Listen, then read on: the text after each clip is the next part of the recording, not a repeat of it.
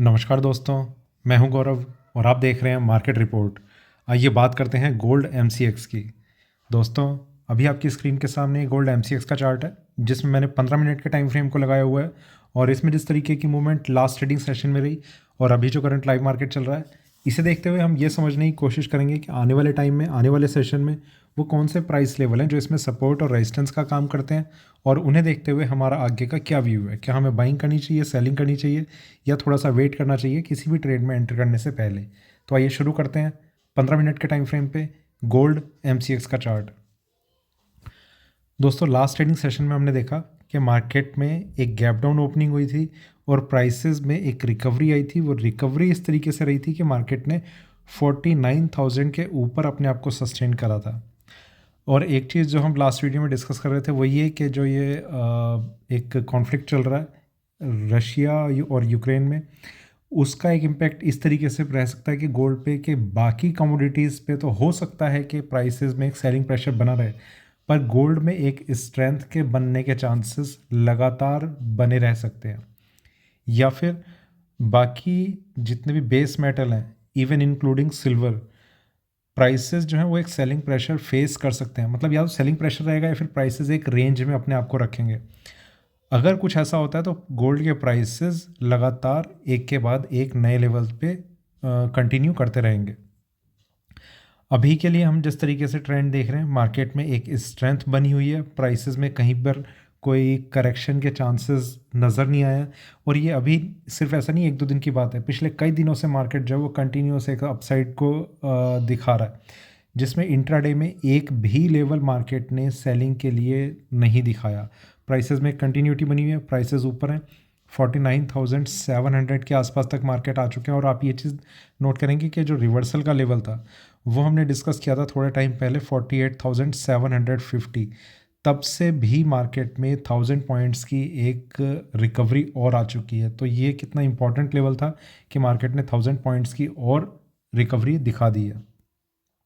थोड़ा सा आगे चलते हैं, 1 घंटे के टाइम फ्रेम पे यहाँ पर देखते हैं।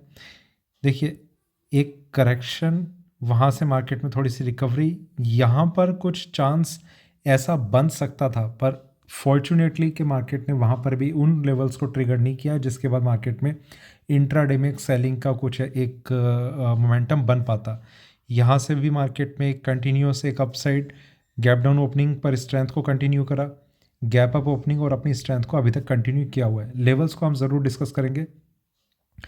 देखिए, लेवल्स को आपको ध्यान में रखना इसलिए ज़रूरी है क्योंकि अगर लेवल को हम इग्नोर करते तो यहाँ पर मार्केट में सेलिंग कर देते, यहाँ सेलिंग कर देते, यहाँ सेलिंग करते या कहीं भी, तो कहीं ना कहीं या तो स्टॉप लॉस लगाना पड़ता है। तो कम से कम उस चीज़ से बचे हुए हैं कि मार्केट में सेलिंग नहीं की है, या फिर अगर बाइंग कर रखी है तो मार्केट में जो स्टॉप लॉस हमने मेंटेन किया हुआ है वो ट्रिगर नहीं हो रहा है। तो या तो लॉस बच रहा है या फिर प्रॉफिट हो रहा है। इन्हीं दोनों चीज़ों से हम अभी कंटिन्यू कर रहे हैं। थोड़ा सा और आगे चलते हैं 4 घंटे के टाइम फ्रेम पे, वहाँ देखते हैं कि किस तरीके का एक व्यू नज़र आ रहा है। यहाँ पर अगर हम देखें, मार्केट में एक सेलिंग, बाइंग, यहाँ पर करेक्शन, यहाँ पर कुछ साइन ऐसे आए थे कि मार्केट में और ज़्यादा सेलिंग आ सकती है, प्राइसेस ऊपर बढ़ने लगे। वो लेवल वहीं पर ट्रिगर हो गए थे जब मार्केट यहाँ पर होल्ड कर रहा था अपने आप को। उसके बाद से एक स्ट्रेंथ बनी हुई है और प्राइसेस बहुत स्ट्रांगली अपने आप को ऊपर की तरफ होल्ड कर रहे हैं।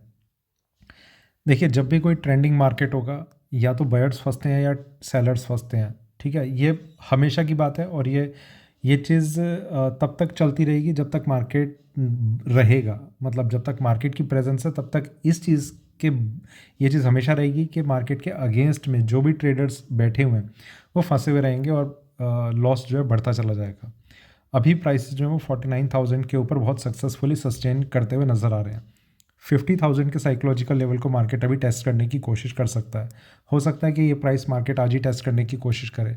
और एक चीज़ और है कि यूएसडी आईएनआर वो कुछ इस तरीके से रिएक्ट कर रहा है कि मार्केट में एक स्ट्रेंथ जो है वो उसे और ज़्यादा सपोर्ट कर रहा है। वहाँ पर एक कंटिन्यूस हम एक स्ट्रेंथ देख रहे हैं जिसकी बात हम पिछले कई दिनों से कर रहे हैं कि अगर उसमें कोई स्ट्रेंथ बनी रही तो गोल्ड का नीचे आना बहुत ज़्यादा मुश्किल हो सकता है। डेली टाइम फ्रेम पे भी और थोड़ा सा देखते हैं कि किस तरीके का एक ट्रेंड चल रहा है। यहाँ पर मार्केट में एक सेलिंग, फिर प्राइसेस में बाइंग, फिर मार्केट में एक साइडवेज ट्रेंड और ये एक फाइनल स्ट्रेंथ, और इस स्ट्रेंथ में मार्केट ने इस प्राइस को भी टच कर दिया, ब्रेक कर दिया। हो सकता है कि ऐसी पॉसिबिलिटी बन जाए कि मार्केट इंट्राडे में कुछ करेक्शन दिखा दे, पर इसका ये मतलब नहीं होगा कि मार्केट में एक डाउन साइड आ गई है। देखिए, इस प्राइस के ऊपर भी मार्केट आ चुका है। अगर ये कुछ टाइम के लिए यहाँ पर सस्टेन कर जाता है, होल्ड करने लगता है, ये मतलब सिर्फ आज की मैं बात नहीं कर रहा, इसे देखना होगा 3-4 दिन के लिए, तो मार्केट में आने वाले दिनों में और ज़्यादा स्ट्रेंथ बन सकती है, और उसमें यूएसडी आईएनआर का एक बहुत बड़ा रोल रहने वाला है। 1 घंटे के टाइम फ्रेम पे चलते हैं, वहाँ पर हम देखते हैं कि वो कौन कौन से लेवल्स हैं जो हमारे लिए सपोर्ट का काम कर सकते हैं, और जिनके ब्रेक होने के बाद मार्केट में उसी तरीके से जो गिरने की या वीकनेस के चांसेस हैं वो इंक्रीज़ होने लगेंगे। देखिए, उसमें पहला लेवल जो नियरेस्ट लेवल है वो है अभी के लिए 49,360। ये प्राइस यहाँ कहीं पर है। प्राइसेस अगर नीचे आने लगते हैं तो इसे किसी भी साइडवेज ट्रेंड में एंटर करने के लिए एटलीस्ट इस प्राइस को ब्रेक करना होगा, otherwise the market will remain in a upside zone. अगर ये प्राइस ब्रेक होता है तो मार्केट में एक नेक्स्ट लेवल जहाँ पर हम और ज़्यादा वीकनेस बनते हुए देखेंगे, वो प्राइस रहेगा 49,000। थोड़ा सा साइकोलॉजिकल लेवल भी है पर टेक्निकल लेवल भी है। ये प्राइस यहाँ पर बनेगा। इसके नीचे अगर मार्केट आता है, करीब करीब 1 घंटे के आसपास अगर मार्केट सस्टेन कर जाता है इस प्राइस के नीचे, तो इसमें और ज़्यादा यहाँ पर देखिए, अब एक चीज़ मैं क्लियर करता हूँ।